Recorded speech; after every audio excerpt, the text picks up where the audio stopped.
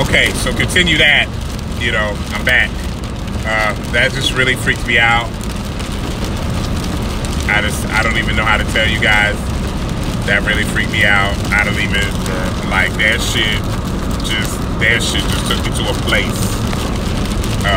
I had to get off. Of that shit. Like I'm literally looking, you know, and all of a sudden, all I know is there's two cars over here. There's one in the ditch, right? And then there's one like over here as I'm trying to drive a little bit further, and then one all the way further up in the median just busts out lights and everything. That is just that was crazy to me. That really freaked me out. I mean, I just have to tell you. This drive is, rain is not a joke, you know what I mean? Like, people just, I don't know. But yeah, I mean, last minute changes, dragging your feet, eating with your mouth open. What else? I think that's it. I mean, I really think, but what do you do in a situation when like how do you all handle it? What do you do? Do you say something? Do you grit your teeth and bear it? Do you get an attitude? Does it change you as a person for that time being? You know what I mean? Like for me, I sometimes can bear, but my attitude changes, my facial expression. I show everything in my face. So my facial expressions, all of that, I'm really short, you know. I really, you know, I'm interested to know how other people deal with it, you know. I'm trying to learn how to be better at being better, and take on things the proper way and not let everything, you know, piss me off. You know, a lot of times not everything pisses me off, but I'm very New York when it comes to things, and I'm very short, and, you know, people can take that as I'm an asshole, which, okay, I'll own my assholeness, you know, let me own that. I can be that, but that's not my intention, and they take it sometimes as aggression when I'm not trying to be aggressive, and it's just, you know, it's a hard thing for me to, you know, deal with sometimes, and it makes my relationships hard in regards of people, just as friends, you know. I'm not even talking about a relationship between, you know, me and a guy. I'm just meant like in terms of friends. You know, both ways. It's not. It makes it hard too. But you know, people in general just sometimes don't understand. Like for me, I feel like it's very clear when I got a problem with you. But just like normally, like walking around, no, my face, just when I don't know anybody, is very New York. Like I don't know you, so my face is gonna be very blank. It is what it is. You're gonna get what you get. You know, and then I don't mean that, but I realize that, you know, as I'm getting older, that people are having a problem reading me or understanding what's going on. And I really want to do a better job of not letting pet peeves and things of that nature get under my skin where it changes my outward appearance or my, you know, people's willingness to talk to me or deal with me. Because I really, as much as a stern, hard person that I can be, is as much as I love somebody too. And I'm with you to a fault almost sometimes, you know. My cutoff point for you though is very strong. Like if you fuck me over, I cut you off. It's a done deal. I don't have no time to be going back and forth about it. You know, but when I'm in your corner, I'm in your corner, and I'm your best ally and your best person, because I really care. And you know, it's a lot for me to care, and it's a lot for me to take my time out to deal with you or talk to you, because that's my time. And you know, because of what I do, you know, because of what goes on, my time is so much in everybody's face that I really hold value or cherish the time that I have myself, like to myself, I should say. So, you know, it's one of those things. Like I always wonder how people deal with it, you know, so I can maybe learn something or gain something from that, or, you know, I always want to let somebody know, you know, I've always tried to let somebody know, especially in this job.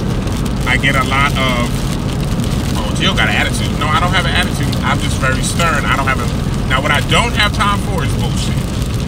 I'm very short about bullshit. I'm sure, you know, I don't know. I'm just very short on the bullshit scale. I call bullshit a mile away.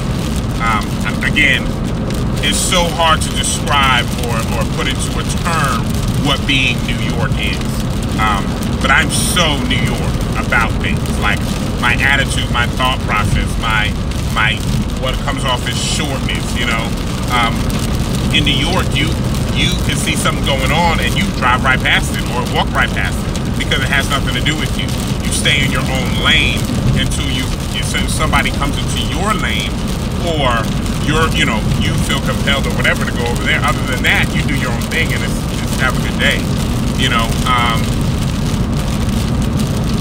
And so with that being said, like I said, I just want to do better at never making any one of you guys or anybody I talk to feel some type of way, and just know that maybe sometimes it's you know, you can't make somebody understand what you're saying in your head. So where I need to take 2 more seconds or 3 more seconds, or, you know, two deep breaths and think about it before I say it or show it or, you know, emote it, the person receiving that information needs to do that as well.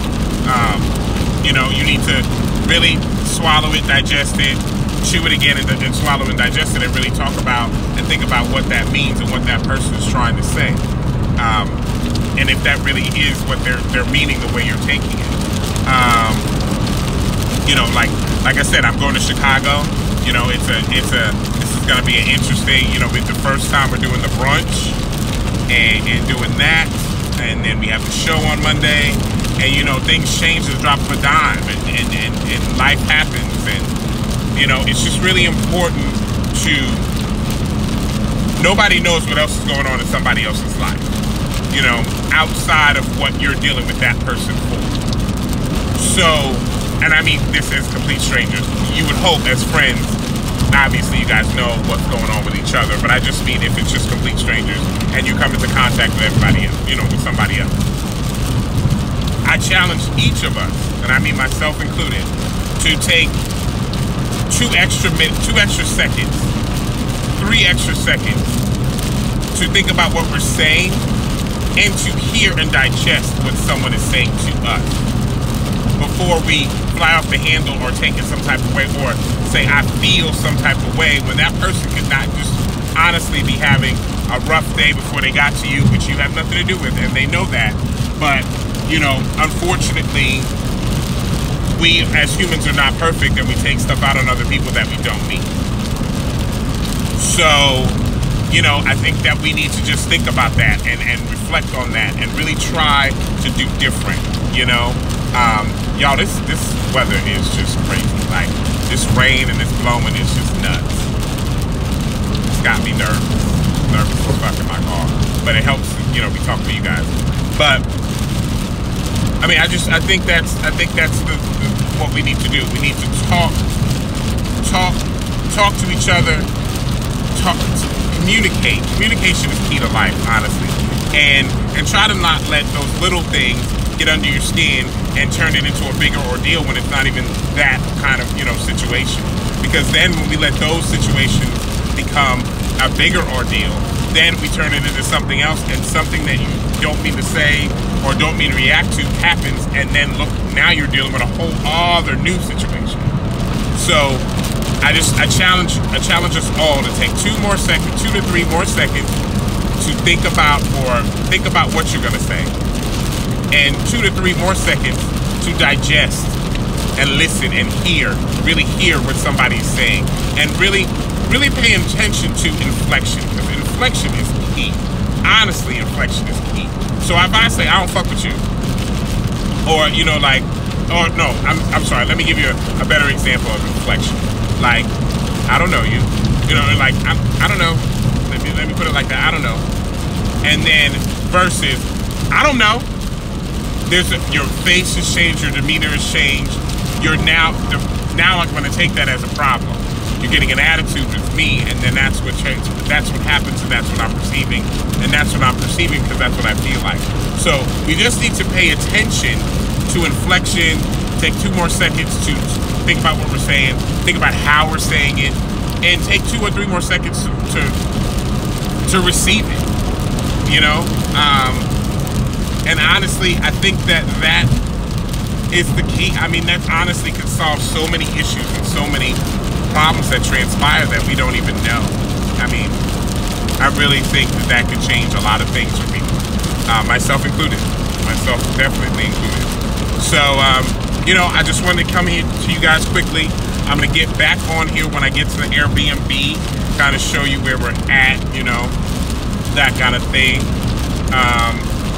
And, you know, just stay tuned. There's going to be a lot of me and a lot of behind the scenes with Madison and Craig and David and Miss Mary. So it's going to be a lot. We're going to do a lot. We got so much to do.